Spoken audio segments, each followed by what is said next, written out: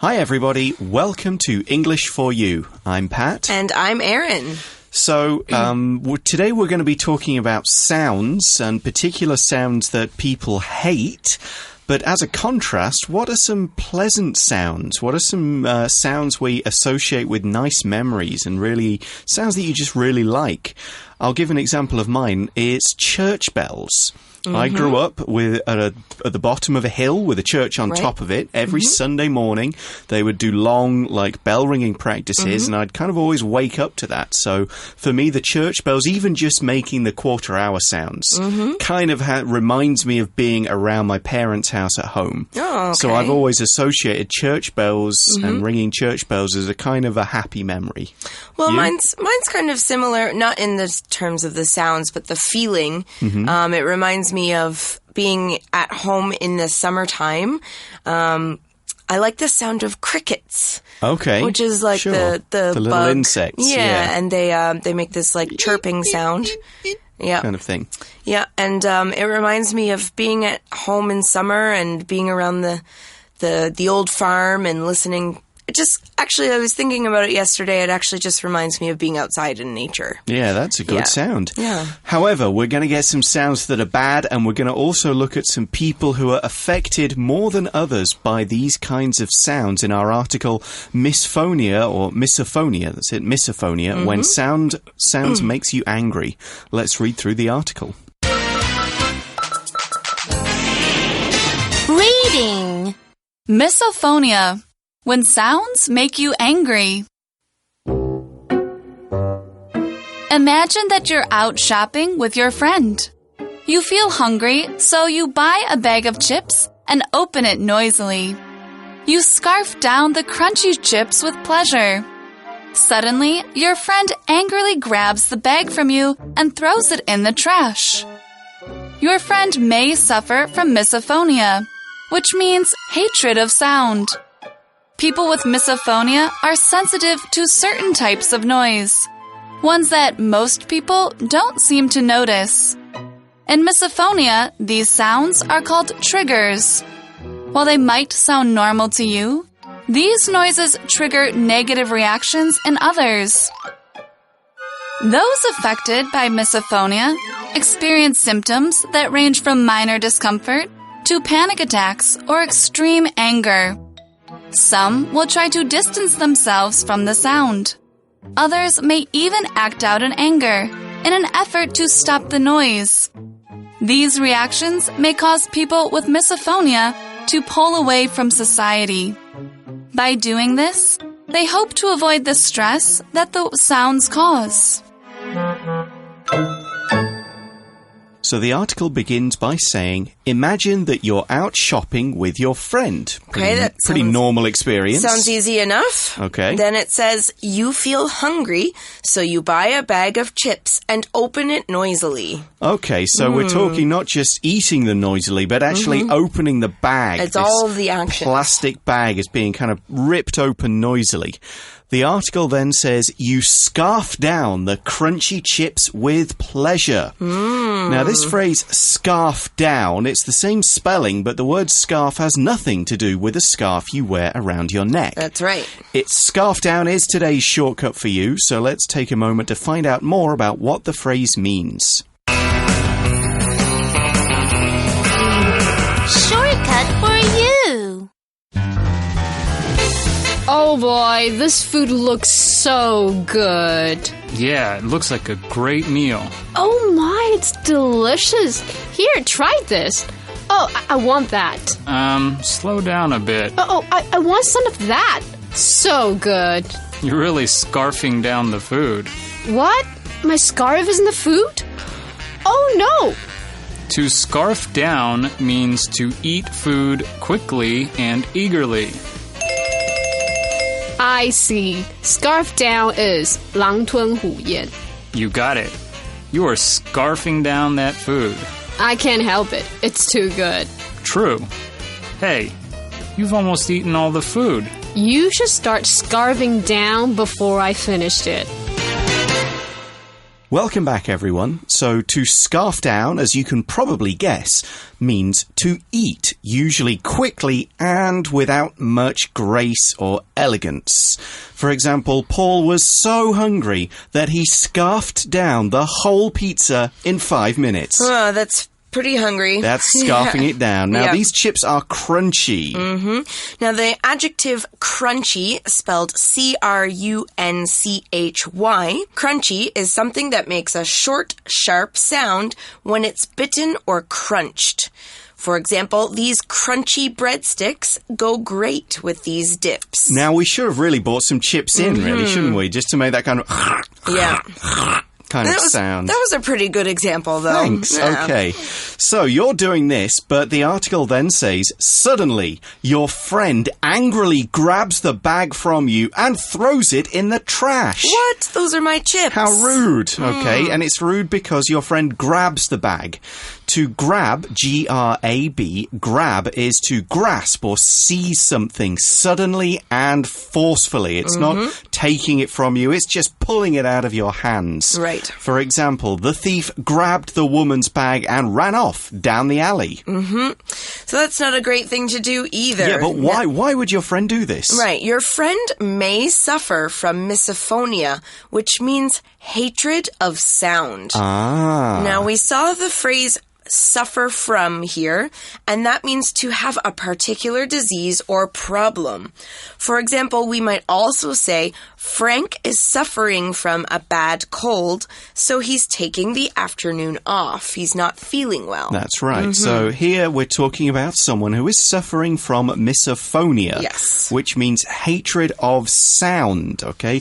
Actually, phonia, that's kind of means sound as far as I can work out in sort of Greek. And miso is usually against or hatred. So you can kind of look at that and figure out the meaning. Right. So hatred of sound, the word hatred is the noun form of the verb hate. Yes. Okay, so we're talking an extreme dislike of something that makes you feel angry or scared or disgusted. For example, my friend Ali has a real hatred for cockroaches. I think your friend Allie is probably a good... Yeah, she's not alone. do that, yeah. She's not alone. Many people hate them.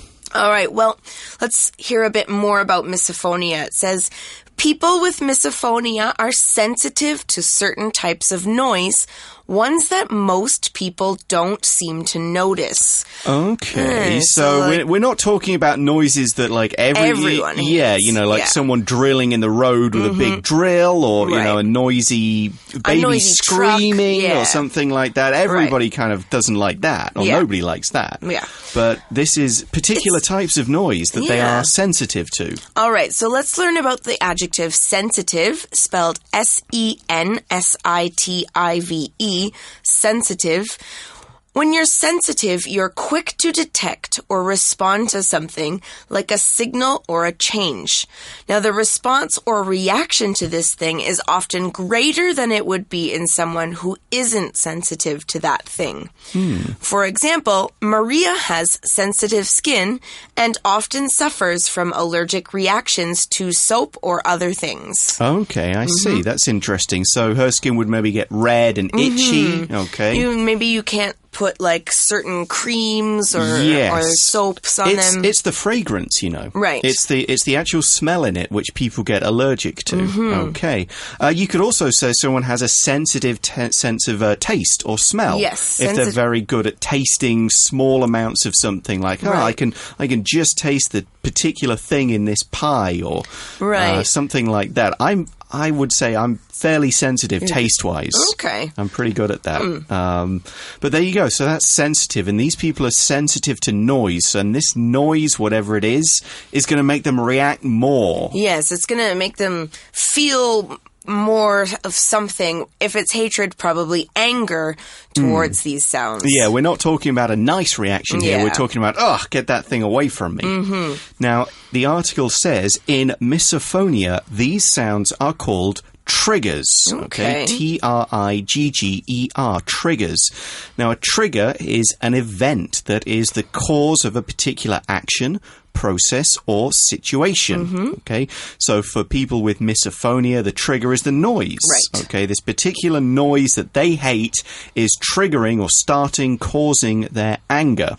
You could also say the killing of a popular leader was one of the triggers for the terrible war. Okay. It started things off. Right.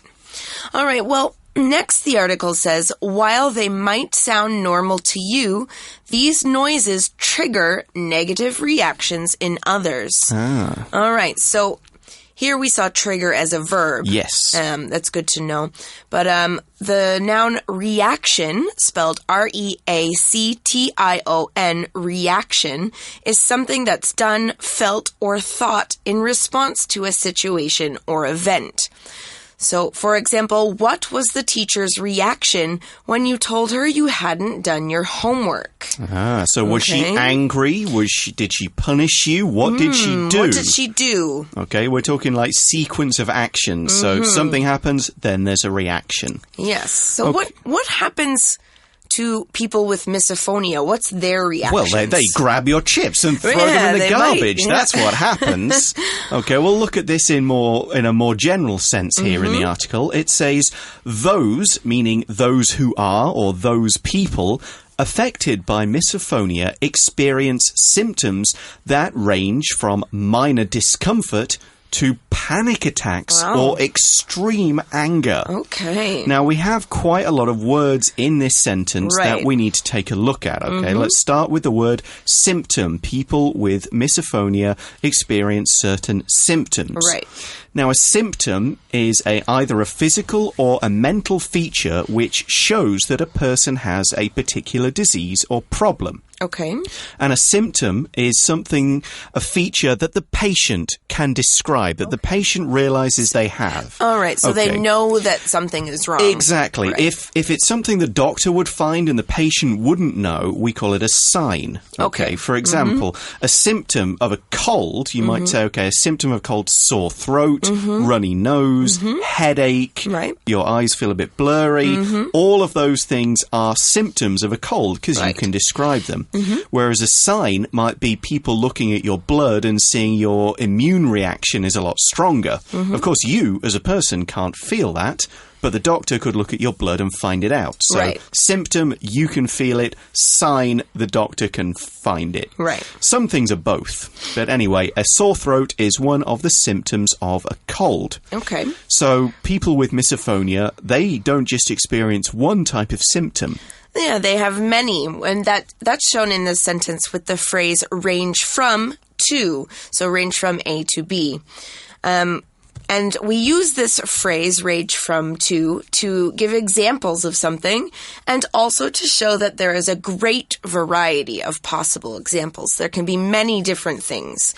And to indicate that there are some other examples that are not given.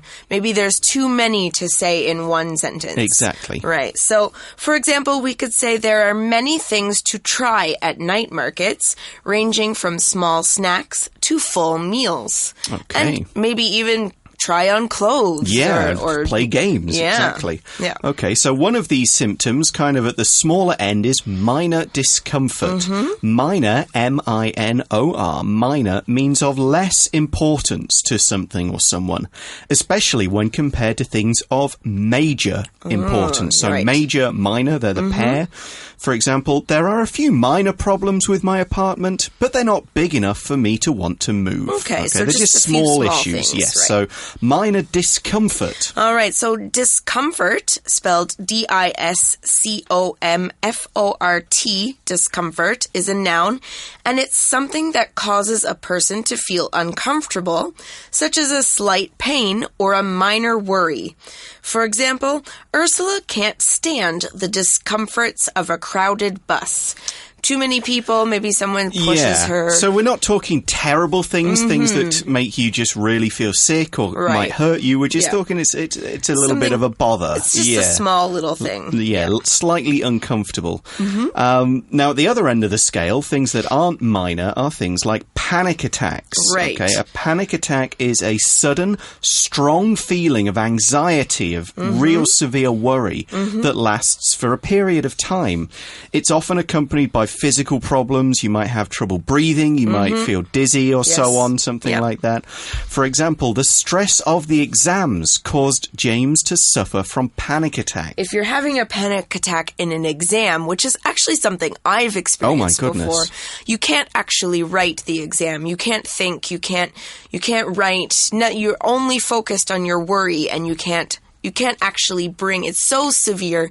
You can't bring that to a halt, and so you have to just, in my case, I just went to the teacher and said, I've got to go. Oh, okay. Okay, so now we saw on the other end of the spectrum, extreme rage. So the adjective extreme, spelled E-X-T-R-E-M-E, extreme, is a very high or the highest degree of something, and it often very serious. For example, the woman suffered from extreme grief after her husband died in the war. Okay, now we're talking about what people can do in these situations. Some will try to distance themselves from the sound. Okay, so kind of like come away from it. Yeah, to distance yourself from something just means to create a distance, either a physical or mental barrier, to avoid experience something, like distancing yourself from the smell of a strong cleaning fluid by going outside. And then we saw others may even act out in anger in an effort to stop the noise. Now, act out means to behave badly, angrily, or emotionally. Usually you're doing something to show your feeling. So, like the little boy acts out whenever his parents don't give him what he wants. Oh dear, that's bad. Yep. Okay, and in an effort to just means to try to do something. Right. They're acting out in an effort to or to try to stop the noise. Now, these reactions may cause people with misophonia to pull away from society. Okay, so not just the noise, just the whole of society. Right, so to pull away means to move away, to take yourself away from that thing, to go away from society. Maybe you stay in your home all the time. For example, John's depression caused him to pull away from his friends and family. Yeah, and by doing this part of the article says they hope to avoid the stress that these sounds cause. Okay, Right. we'll learn more about misophonia on day 2. Now let's quickly go to our For You chat question. For You Chat. So our chat question is, what are some sounds that bother you, and how do you react when you hear them? Okay, well, I mean, sounds that bother me really are kind of like the bigger ones that we talked about, maybe like the drill outside, or if someone's doing construction. Yeah, the old nails on a chalkboard. Yeah, and to be honest, I don't get too angry like someone with misophonia would, but I kind of just go, Yeah, make a noise. Stick your headphones in and try and ignore it for a bit.